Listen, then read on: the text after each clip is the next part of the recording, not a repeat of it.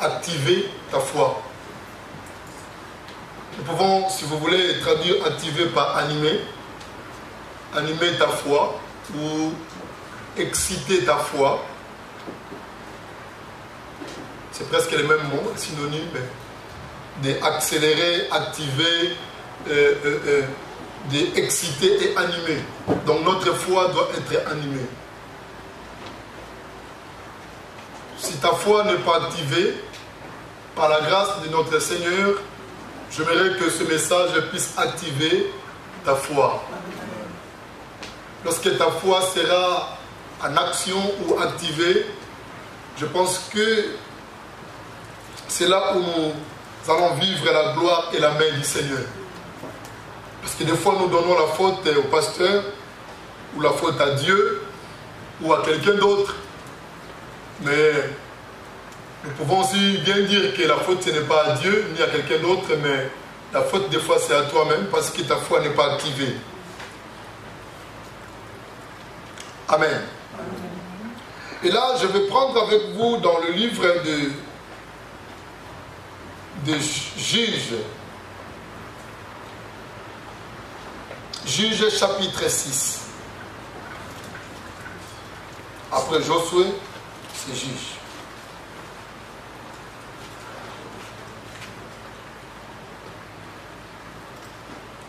Je suis dans le verset 12 et 13.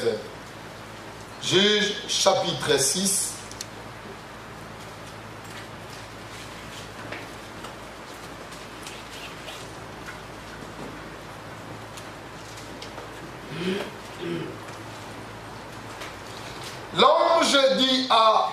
L'ange de l'Éternel lui apparut et lui dit, quand je parlais à Gédéon, l'Éternel est avec toi, vaillant héros. Gédéon lui dit, ah mon Seigneur, si l'Éternel est avec nous, pourquoi toutes ces choses nous sont-elles arrivées? Ce qui nous a mis à Zanabiso et Longo, pour nani makambo ya pasi bozo comme la biso. Et où sont tous les prodiges que nos pères nous rencontrent quand ils disent l'Éternel ne nous a-t-il pas fait monter hors d'Égypte? Maintenant, l'Éternel nous abandonne et il nous livre entre la main de Madia. En fait, lorsque, dans le temps de cet homme Gédéon, Gédéon est devenu le 5e juge en Israël, mais dans le temps de Gédéon, le peuple d'Israël passait une période très difficile.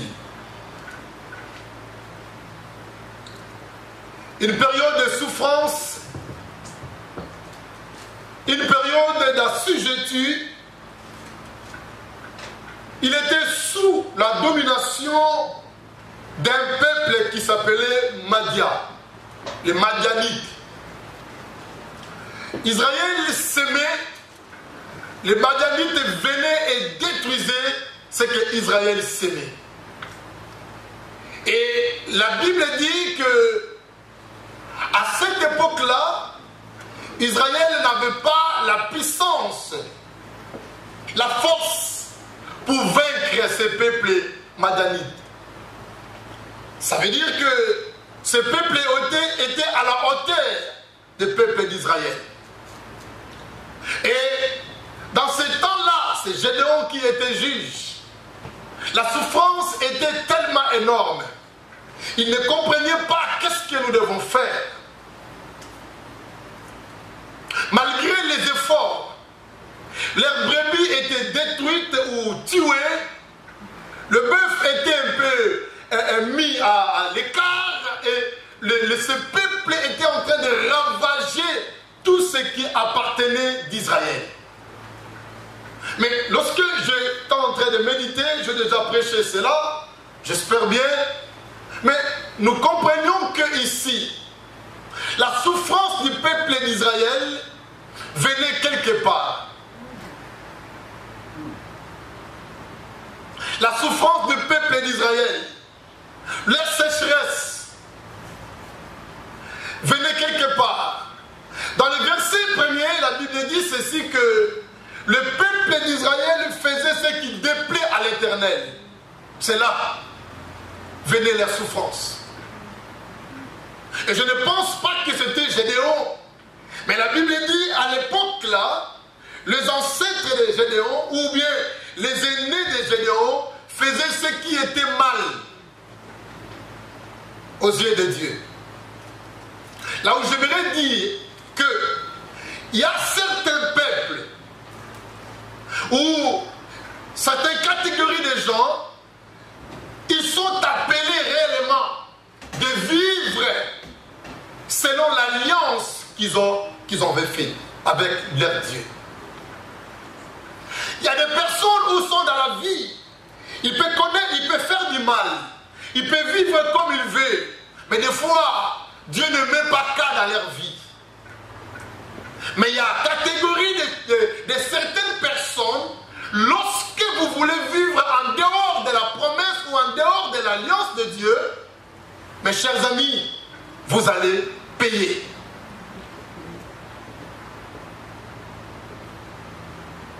Là, je fais allusion des peuples de Dieu. Les peuples qui ont fait l'alliance, qui ont l'alliance avec le Seigneur, comme nous nous trouvons ici. Nous sommes un peuple qui nous avons fait l'alliance. Un peuple qui nous sommes mis à part pour faire la volonté de Dieu, pour obéir à sa loi. Et dès que nous dévions le chemin du Seigneur, des fois, si ce n'est pas nous-mêmes, ça peut arriver aussi à nos arrières ou nos enfants, ou à nos descendants qui vont venir après nous.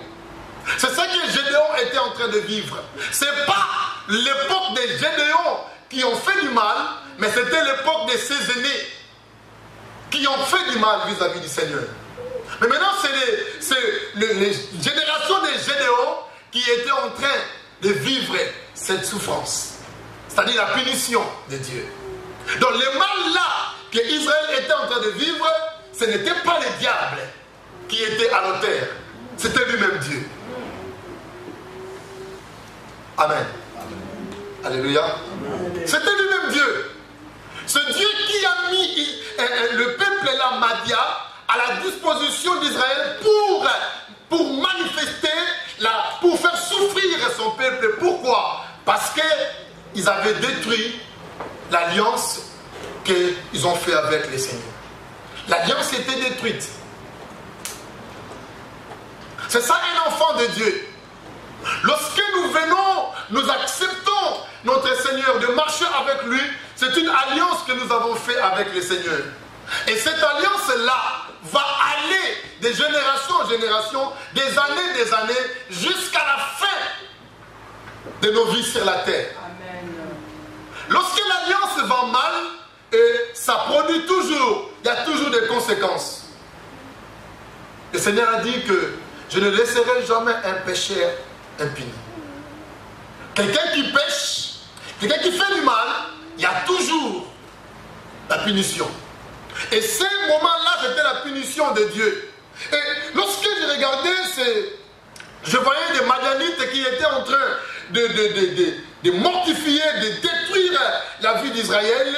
Et il a eu un vrai découragement du peuple d'Israël. Et surtout, Gédéon qui était encore à cette époque-là juge. Il y avait effectivement un découragement. Tout ce qu'il faisait, il n'y a rien qui marchait. Regardez verset 6. Si on peut lire verset 6 un petit peu, il dit Israël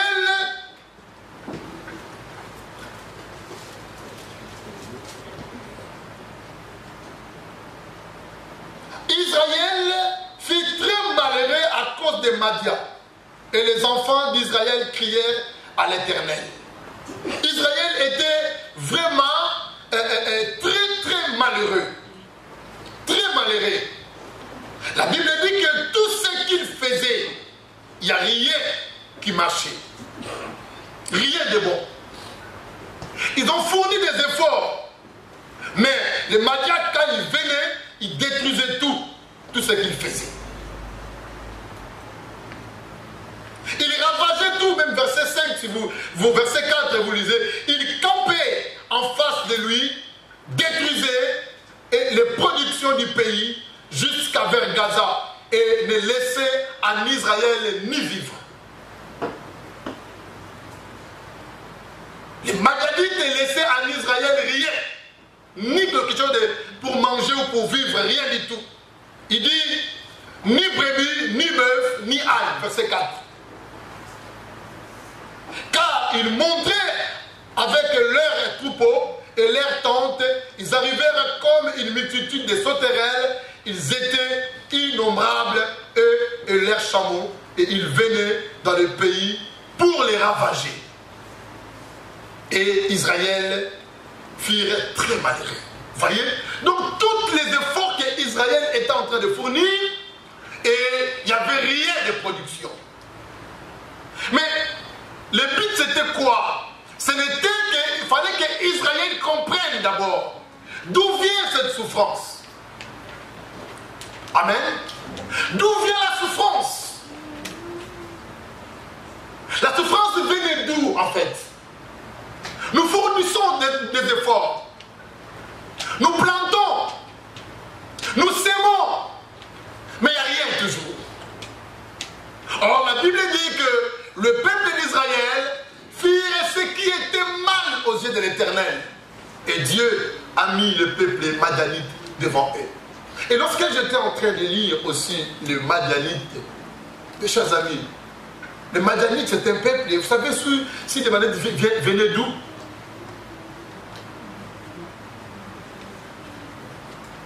Les fils d'Abraham. Fils d'Abraham. C'est-à-dire que après la mort de maman Sarah, Abraham a pris encore une autre femme. Alléluia. Elle était déjà maman. Imaginez-vous que Sarah était accouchée Isaac à 90 ans. C'était vraiment vraie maman. Même mamie, on peut la dire. Donc après la mort de Sarah, Abraham a pris encore une autre femme. Et cette femme s'appelait Ketura. Abraham a eu 6 enfants avec cette femme Ketura. Et parmi les 6 enfants-là, il y avait un enfant qui s'appelait Madian. Il y avait un moment, Madian signifie dispute. Et il y avait un moment, il y avait des querelles entre ces enfants-là et Isaac. Et c'est là où Abraham a appris, il a pris l'héritage à donner à son fils de la promesse qui est Isaac. Il a pris quelques dons, il a donné à 6 autres enfants-là. Et il les a chassés. Amen. Et là, c'est là où la confusion, où la dispute, où les querelles commencent. Mais lorsque je disais ça, je disais, c'est quelque part, c'est la faute d'Abraham.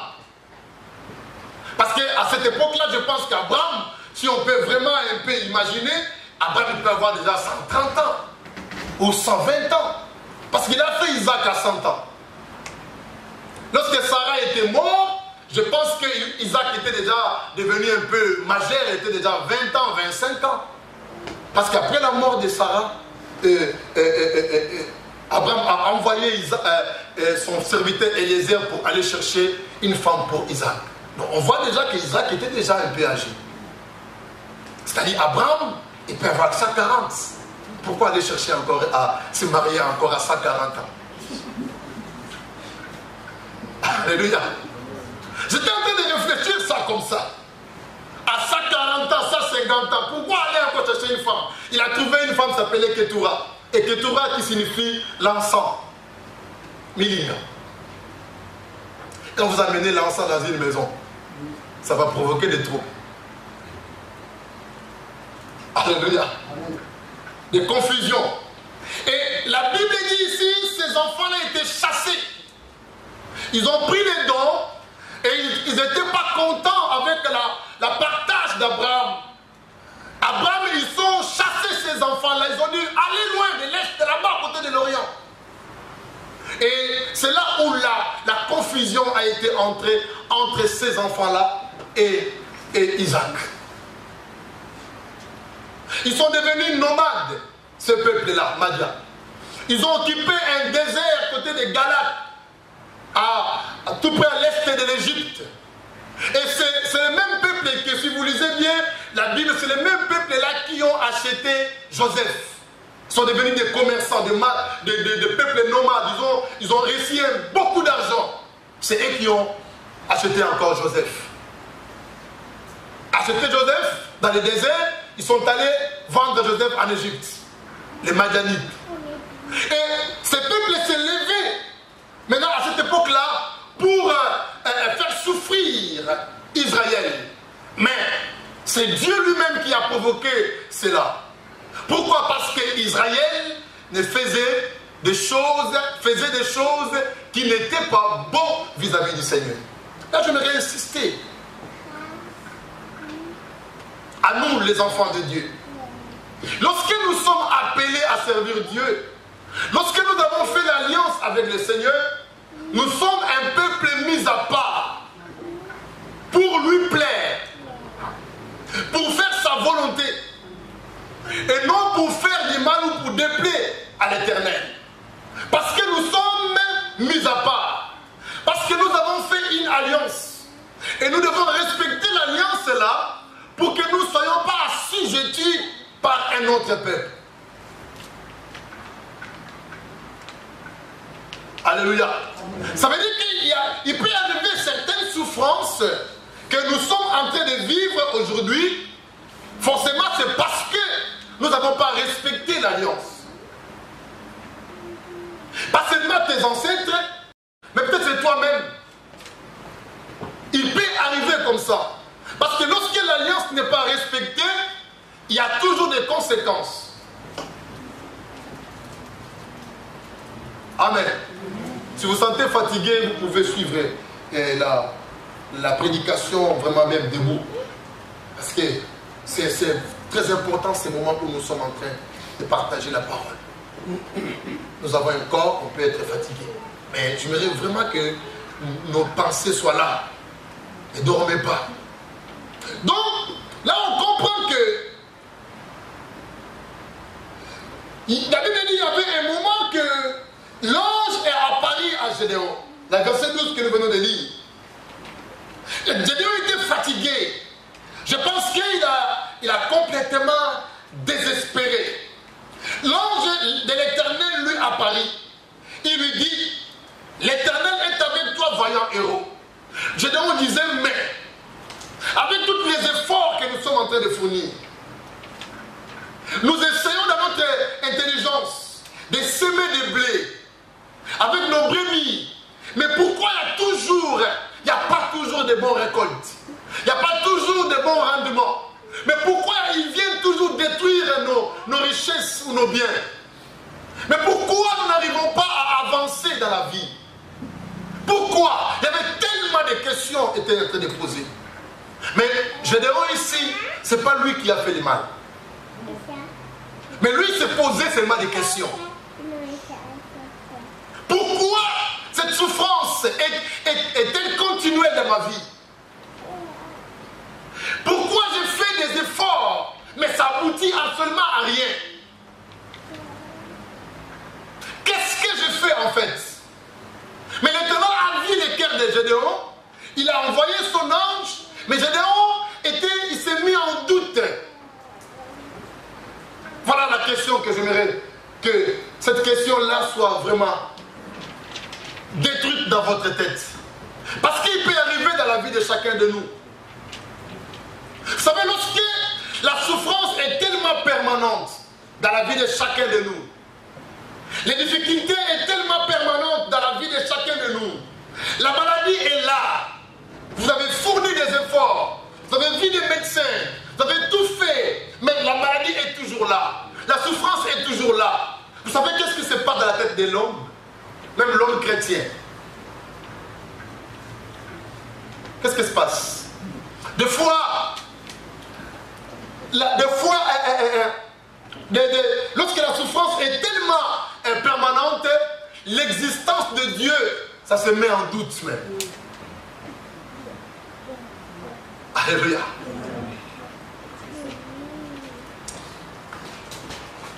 Nous commençons à douter réellement si Dieu existe. C'est ça que des fois nous sommes en train de poser, même là où tu es assis. Parce qu'il y a tellement, tu souffres tellement beaucoup. C'est parce que tu as fait des années avec ta maladie, ta souffrance, tes difficultés. Tu commences, l'existence de Dieu, ça se met en doute. Est-ce que réellement Dieu existe?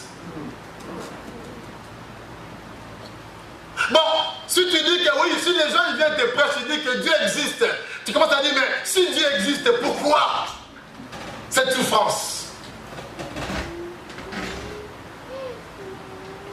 Pourquoi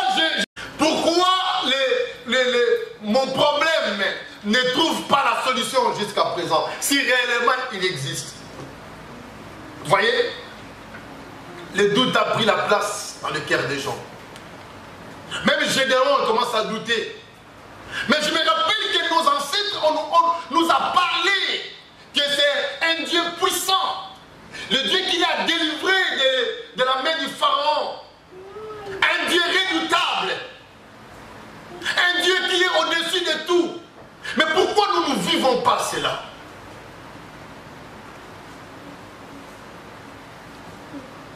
Pourquoi nous ne vivons pas cela?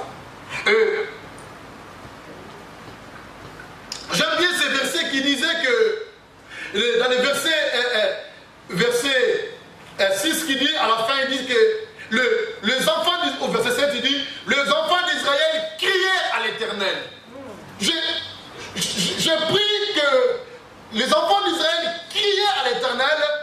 Je peux traduire ça de manière que les enfants d'Israël, ils ont eu la reconnaissance.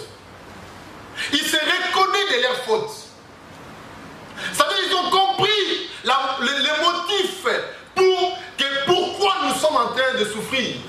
C'est-à-dire que nos ancêtres ou nos aînés, ils ont détruit l'alliance de Dieu. Ça veut dire que les cris vers l'Éternel, ça veut dire aussi que ça peut être traduit au retour du Seigneur. Ça peut être aussi, c'est un demi-tour de la repentance. Alléluia. Parce que dans l'époque de Gédéon, lui-même Gédéon voyait qu'il marchait bien avec Dieu. Lui, il n'avait pas de problème avec les seigneurs. Mais pourquoi la production ne produisait pas? Pourquoi la semence ne donnait absolument rien? Pourquoi il n'y avait pas l'avancement? Pourquoi il n'y avait pas de miracles, de prodiges ou de signes? Pourquoi il y avait toute la souffrance était toujours continuée dans leur vie? Ils ont fait un demi-tour vers le Seigneur. La Bible dit crier à l'Éternel, de reconnaître leurs fautes, ou les fautes de leurs ancêtres, ou de leurs aînés. Ils ont commencé à demander pardon par rapport à cela. Et lorsqu'ils ont demandé pardon, l'Éternel maintenant a dit à Gédéon, dans les versets que vous les connaissez, il dit à Gédéon, va avec la force que tu as. Va avec la force que tu as. C'est là où je me suis en train de dire que je vais essayer un peu pas de changer ça, mais d'amener ça de manière que le Seigneur dira à Gédéon, va avec la foi que tu as. Amen. Parce que Gédéon n'avait pas la force d'aller battre les Madianites. Ça veut dire que c'était la foi. Dieu dit à Gédéon, va avec la foi que toi tu as. En d'autres termes, activez la foi que tu as. Parce que je suis avec toi. J'ai entendu votre cri aussi, que vous avez crié vers moi. J'ai entendu votre reconnaissance. J'ai entendu votre repentance. J'ai entendu que vous êtes retourné à moi. Mais maintenant, je ne peux rien faire. Moi, j'ai déjà tout fait. Toi, activez maintenant ta foi. Va. Tu verras que je suis et je serai avec toi. C'est que l'ange a affirmé à toi, tu vas le voir maintenant en action. Je suis avec toi. Maintenant, va avec la foi que tu as. Bien-aimé dans le Seigneur, je vais dire que la foi, comme déjà dit ça ici un jour, la foi est une tranquille confiance à un Dieu réel, tout-puissant et proche, quoiqu'il est invisible. Amen. Nous ne voyons pas Dieu, mais nous croyons qu'il est là. Amen. Nous ne voyons pas, mais nous croyons qu'il est là. Et si tu crois qu'il est là, ça veut dire lorsque tu es devant une situation, fais comme que Dieu là est présent devant toi ou à tout côté de toi et que tu marches avec lui et tu ne marches pas seul. C'est ça qui va faire que Dieu puisse manifester encore sa présence en toi pour que ta foi produise des miracles et des signes. Parce que les problèmes étaient déjà réglés devant le Seigneur. Dieu a déjà réglé parce que les peuples ont demandé pardon. Ils ont reconnu leurs fautes et Dieu a dit maintenant va. Mais en regardant comme ça, qu'est-ce qui a changé? Physiquement, qu'est-ce qui a changé? Amen. Amen. Je dis physiquement, quand Gédéon regardait ses ennemis à côté, qu'est-ce qui a changé? Victoire. Rien. Il n'y a rien qui a changé. Physiquement, il n'y a rien qui a changé. Les ennemis étaient encore de l'autre côté. Il était toujours puissant comme Gédéon voyait. Comme le peuple d'Israël voyait. Que les Madianites sont puissants. Ils étaient là. Mais Dieu dit va. Qu'est-ce qui a changé? Rien. Dans l'œil comme ça, de l'œil naturel, il n'y avait rien qui a changé. Mais dans l'œil spirituel, le Seigneur a déjà donné la victoire au camp d'Israël. Mais maintenant, ça demande à Israël d'aller, de mettre leur foi en action pour que Dieu accomplisse des miracles et des signes.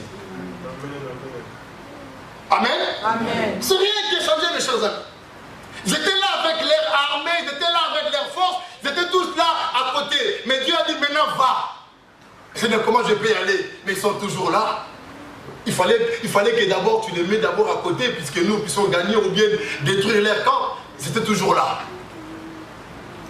C'est pourquoi je vais dire que la foi, c'est quelque chose qui est beaucoup plus spirituel. Nous ne voyons pas Dieu, mais dans l'œil de la foi ou l'œil spirituel, marche comme que Dieu est avec toi là. Et quand Dieu est avec toi, personne ne peut te vaincre. Amen. Personne.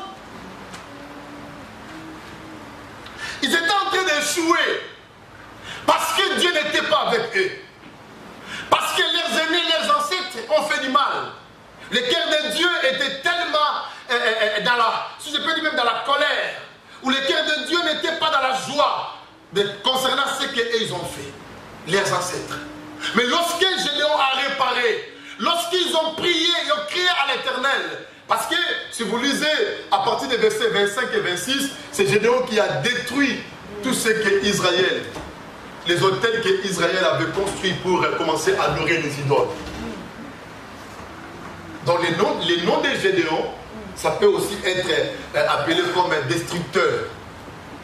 Donc, il est venu, il était né, il a grandi, et ses parents et sa nation commençaient à adorer les idoles, les dieux de Baal. Il y a beaucoup d'autres dieux. C'est Gédéon qui a détruit tous ces hôtels-là. Pour restaurer encore Israël. Pour que Israël retourne à l'alliance d'Abraham, d'Isaac et de Jacob. Gédéon, c'est destructeur. Il est venu détruire tout ce que ses pères ou ses aînés ont construit. Et après avoir détruit tout, et l'Éternel, maintenant, il a regardé Israël d'un regard favorable. Il dit, maintenant va. C'est ça la foi. Maintenant va. La situation qui est devant de toi, Dieu dit, maintenant va. Ce n'est pas que parce que la maladie a tellement fait longtemps, parce que cette situation a tellement fait longtemps et que Dieu est devenu incapable. Non. Dieu va voir ta foi, toi. Si les choses sont réglées, vous avez restauré votre vie avec le Seigneur, mettez maintenant votre foi en action. Dieu a dit à Gédéon, va. Avec la foi, avec la force que tu as. Voyez? Donc Gédéon Et il a pris maintenant le courage, la confiance, malgré il a dit toutes ces choses-là. Si l'Éternel est avec nous, pourquoi cette souffrance? Je n'aimerais pas que tu continues à poser encore cette question. Celui qui croit à Dieu, il ne pose pas cette question-là. Plutôt, pose-t-il des questions. Est-ce que je suis en bonne relation avec le Seigneur? Ou soit, si je peux dire autrement, est-ce que mes ancêtres ont fait quelque chose contre moi? C'est possible aussi. C'est pourquoi Jésus est venu pour détruire ces liens-là. Parce que si l'alliance avec Jésus n'était pas encore faite, les liens parentaux de tes parents, de tes ancêtres, ça peut aussi réclamer jusqu'à aujourd'hui. Parce que ce n'est pas Gédéon qui a fait le mal, mais ses ancêtres qui ont commencé à adorer un autre Dieu. Mais la conséquence, c'était Gédéon et sa génération. Alléluia. C'est Gédéon qui payait ça. Ce n'est pas lui qui a fait le mal. Ses ancêtres, ses aînés, qui ont détruit l'alliance vis-à-vis avec les seigneurs. Mais Gédéon marchait bien avec les seigneurs, mais il ne comprenait pas d'où venait la souffrance. D'où venait ce mal.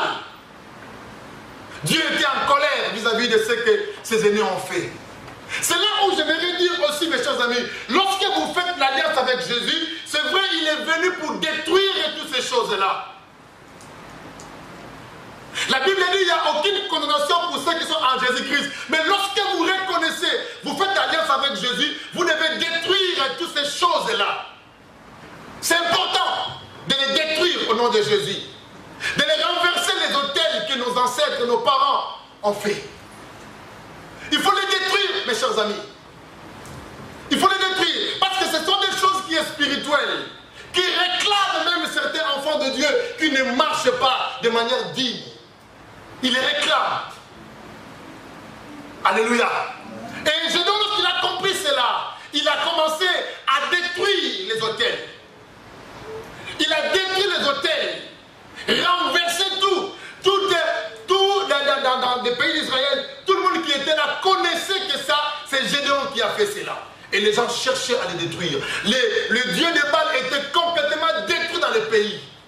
Et les gens cherchaient à tuer Gédéon ou à arrêter Gédéon.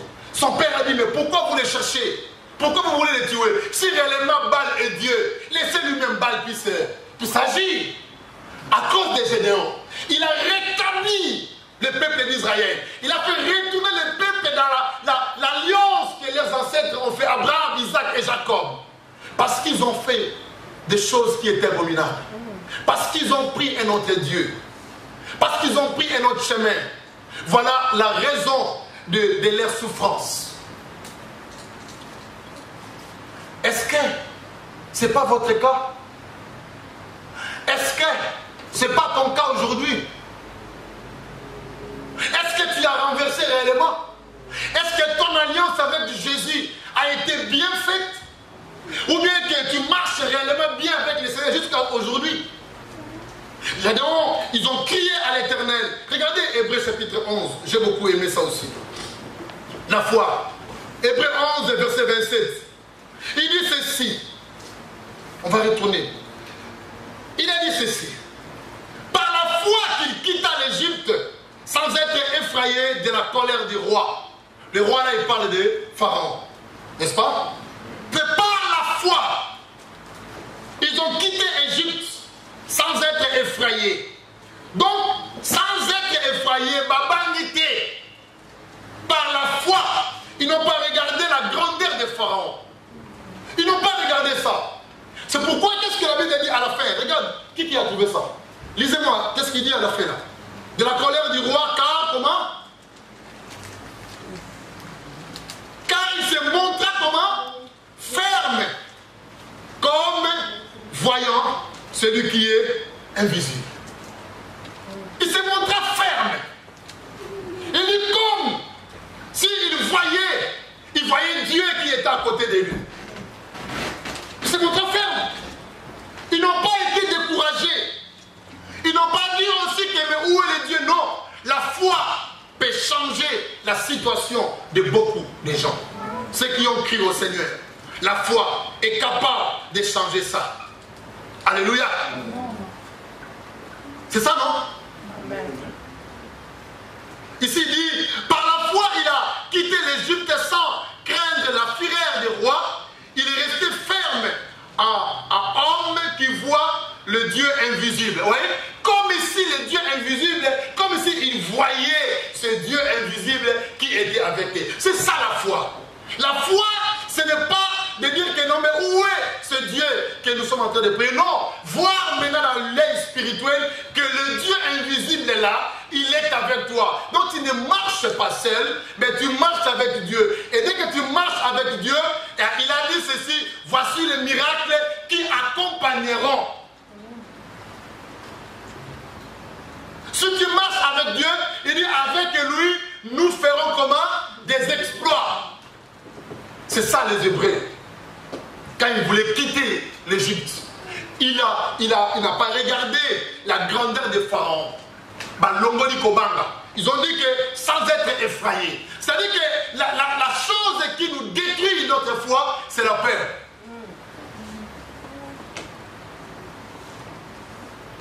Être effrayé. C'est ça qui détruit notre foi. Lorsque ta foi entre en doute, la peur qui entre là, c'est fini. Ils n'ont pas regardé la grandeur des pharaons. Ils n'ont pas regardé son armée. Mais ils regardent que Dieu invisible, il était à côté d'eux. Et lorsqu'ils ont sorti, il y avait des exploits. Alléluia. Alléluia. La foi, c'est comme ça. Dieu a dit à Gédéon, va avec la force que tu as. Je vais juste parler aussi de cette femme qui avait la perte de sang. Donc, regardez là, le Marc chapitre 5, verset 25, que nous connaissons bien. La Bible dit ceci, qu'une femme qui avait une perte de sang pendant 12 ans. Cette femme a souffert pendant 12 ans et dans plusieurs médecins. Elle n'a trouvé aucun soulagement. Aucun. Marc 12 à partir de 25. Marc 5, pardon, à partir de 25. Elle n'a trouvé aucun soulagement. La situation devenait toujours, s'empirait toujours. Ça veut dire que la souffrance était toujours très forte. Elle ne savait pas quoi faire. Sûrement qu'elle avait beaucoup de biens. Elle a dépensé tous ses biens pour avoir un soulagement. Mais il n'y avait rien. Ce n'est pas ton cas. Mais elle ne connaissait pas encore le Seigneur. Mais toi, tu connais le Seigneur.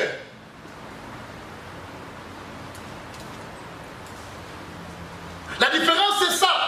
Elle ne connaissait pas Dieu. Elle ne connaissait pas Jésus. C'est pourquoi elle a beaucoup souffert. Je pense que les jours que cette femme a eu sa guérison, je pensais comme ça, elle a regretté ses biens. Oh, alléluia. C'est ça, non? La Bible dit qu'elle a dépensé tout ce qu'elle avait. Imaginez, ça arrive dans nos familles aussi. À cause pour guérir ton fils, tu peux vendre la parcelle. S'il y a des voitures, tu vends des voitures. Je veux que ma fille ou bien mon fils trouve la santé. Vous avez tout vendu. Vous avez tout perdu. Mais il n'y avait aucun soulagement. Mais les jours où vous avez entendu parler de Jésus, cette femme a entendu parler de Christ. Et la Bible dit, elle a mis sa foi en action. Voyez, elle était chez elle à la maison. Elle a mis sa foi en action. Parce qu'elle a déjà tout perdu. Parce qu'elle a entendu parler d'un homme de Galilée. Lui qui est capable.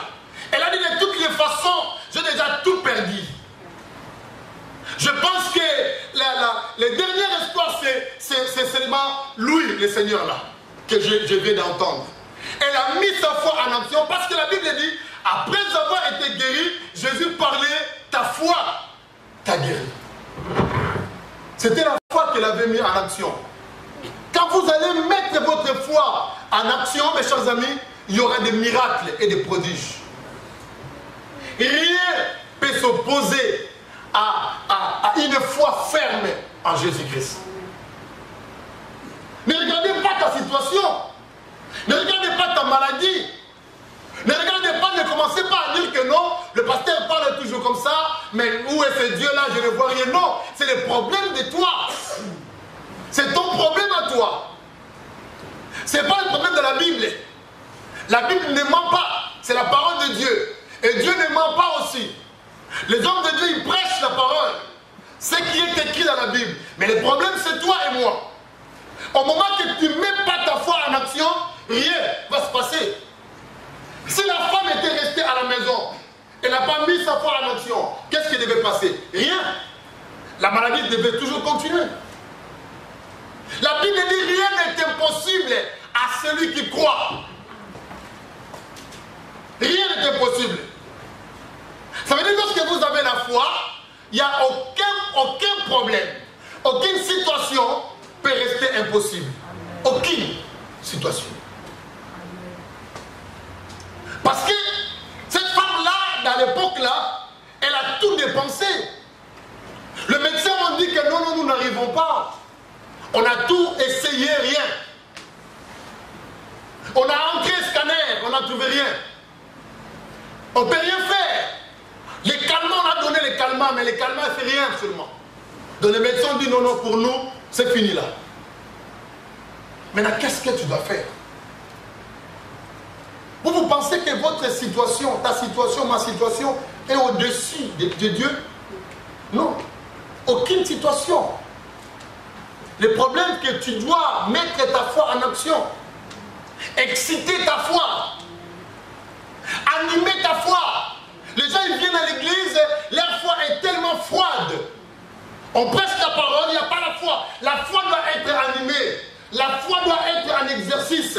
Si nous n'animons pas notre foi, si notre foi nous ne mettons pas à l'épreuve, mais rien qui va se passer aussi. Si vous voulez vivre le miracle, mettez votre foi en action. Vous voyez, elle n'a pas resté à la maison. Elle a dit, je vais sortir quand même. J'ai entendu cet homme. Ils m'ont parlé de cet homme-là. Il guérit les malades. Maintenant, je vais sortir. Sortir pour aller où? Mais pour aller être guéri, je vais mettre ma foi en lui. La Bible dit Jésus, en tant qu'homme, ne savait pas qu'il y avait quelqu'un qui venait derrière lui. Mais la femme venait avec décision de sa foi, elle a mis sa foi en action. Elle a dit que non, je toucherai, si je toucherai ses vêtements, ce n'est pas des vêtements, il dit elle-même, je serai guérie. Je serai guérie. Ça c'est elle-même avec sa foi. Elle a activé sa foi. Elle a augmenté sa foi. Elle a mis sa foi en action. Je vais le faire. Vous attendez que le pasteur fasse pour vous. Que le pasteur prie pour vous. Mais le pasteur a la foi, vous n'avez pas la foi. Qu'est-ce que vous entendez là-bas aussi? Rien. C'est ça que vous entendez. Cette femme, elle n'était pas accompagnée par un diacre, ni par un ancien de l'église, ni par un pasteur. Elle était seule avec sa foi, sa conviction de la foi. Elle a mis sa foi en action et dit non, je toucherai seulement et je serai guéri. Les pasteurs n'étaient pas là. Les anciens n'étaient pas là. Mais la parole que la femme a entendue de la part des anciens, de la part des pasteurs, de la part des fidèles, c'est cette parole-là qui était gravée dans son cœur et elle a mis la parole en action. Et la foi a déclenché le miracle. Lorsqu'elle a touché les vêtements de Jésus, la Bible dit, à l'instant même, à l'instant, les pertes de sang s'arrêta. C'est là où la femme a regretté sa parcelle. Ah, jamais. Ce qui n'a pas qui. Si je savais, je ne pouvais pas dépenser mes biens. Si je savais, je ne pouvais pas vendre ma parcelle. Si je savais, ah, ma belle voiture, je vendais pour chercher mes soins. Mais juste une petite chose seulement, j'ai touché seulement ces pans de vêtements. Tout était remis en ordre. Elle commençait à regretter. Mes chers amis, avant qu'il soit trop tard, avant que tu regrettes, j'aimerais te dire cet après-midi, mets ta foi en action. Tu ne dépenseras pas l'argent ou tu ne dépenseras pas tes biens. Mais la foi que tu mets en action, ça va produire des miracles et des signes, des produits et des prodiges. Amen. Tu glorifieras le nom du Seigneur. Alléluia. Tu glorifieras le nom du Seigneur Jésus-Christ. Lorsque vous mettez votre foi en action, rien n'est impossible. Amen. Rien. Tu manques le travail, rien n'est impossible.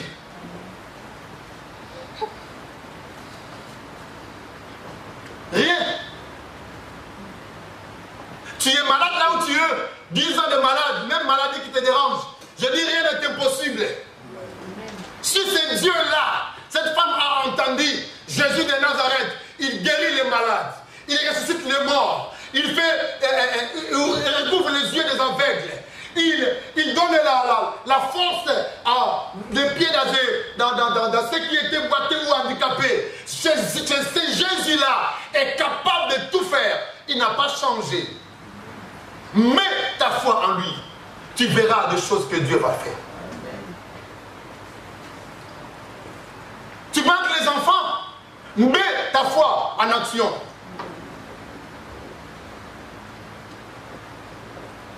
Tu as besoin que ta maladie là soit complètement guérie, finie, définitivement. Mets ta foi en action. Vous savez, parce que le temps est déjà vraiment parti. Vous savez, la Bible parle aussi dans 2 Rois chapitre 7, verset 3 à 5, il nous parle des 4 lépreux. Ces 4 lépreux aussi, ils ont mis leur foi en action. Ils ont mis leur foi en action. Si vous regardez bien l'histoire, vous allez voir c'est quelle souffrance les lépreux étaient en train de passer. Dans l'époque de la Bible, un lépreux, c'est quelqu'un qui ne pouvait pas s'approcher dans les sanctuaires, dans le temple, dans la maison de Dieu. Un lépreux était chassé de la société.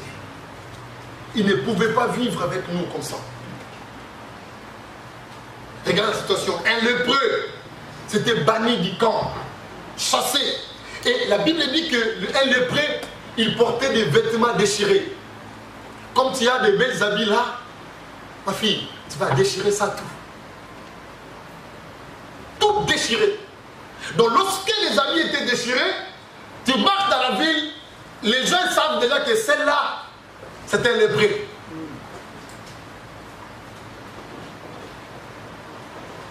Il n'y avait pas de médicaments. Chassé dans les camps. Tu ne peux pas retourner chez toi à la maison.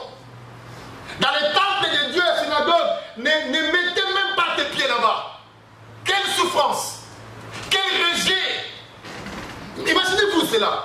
Réfléchissons avec moi avec cette situation de lépreux.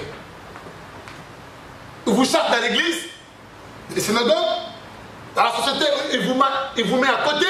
On vous cherche un camp vraiment là-bas, vous restez là, vous les lépreux.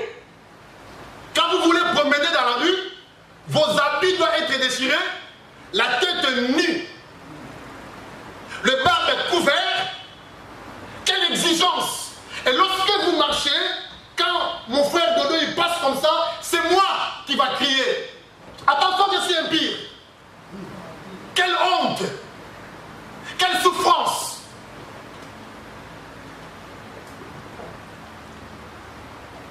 Alléluia! Quelle souffrance! Je suis impie, attention parce que je suis impie. Mais oui, je savais déjà parce que tes habits sont déchirés. Mais tu dois encore dire. Tu dois encore crier.